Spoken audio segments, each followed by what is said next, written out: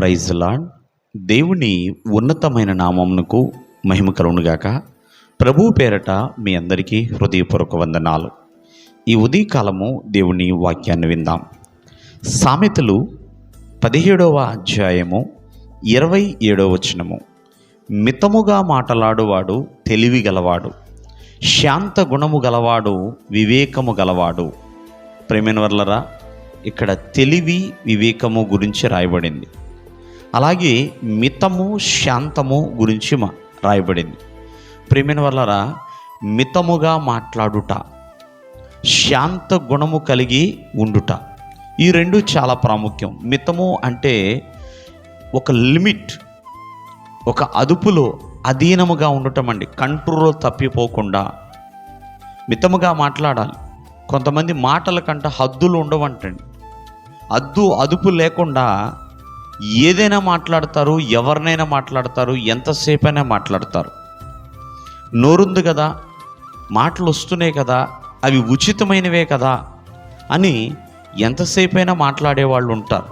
కానీ దేవుని యొక్క వాక్యం సెలవిస్తుంది, మనం ఎన్ని మాటలు మాట్లాడినా ఒక్క మాట కూడా మరలా మనం వెనక్కి తీసుకోలేమంటండి బయటికి వెళ్ళిన తర్వాత. కాబట్టి మితముగా మాట్లాడువాడు తెలివి కలిగిన వాడండి. అంటే తన జీవితంలో తెలివి ఉంది. తొందరపడకుండా, తన నోటిని తొందరపడనివ్వకుండా, తన నాలుకని అధీనంలో ఉంచుకుని ఏ సమయంలో ఏ మాట మాట్లాడాలో ఆ మాట మాత్రమే మాట్లాడడం. అలా మితముగా మాట్లాడేవారిగా ఉండాలి. ఒక మాటలో చెప్పాలంటే, యేసుక్రీస్తు వారు పిలాతు వద్దకు వెళ్ళినప్పుడు పిలాతు అడుగుతాడు, నువ్వు యూదులు రాజువా అని. అంటే యేసుక్రీస్తు వారు ఒకే ఒక్క మాట చెప్తారు, నువ్వు అన్నట్లే అని. నువ్వు అన్నట్లే అంటే యూదులు రాజువా అని పిలాతే మాట్లాడుతున్నాడు కదా, నేను ప్రత్యేకించి చెప్పడం ఎందుకు అన్నట్లుగా. చూడండి, చాలా విషయాలలో మనము మితముగా మాట్లాడేవారిగా ఉండాలి. అలాగే రెండవదిగా శాంత గుణము.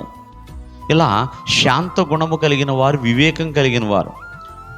ఒకరి వివేకం అంట వారి జీవితాన్ని కాపాడుతుందంటండి.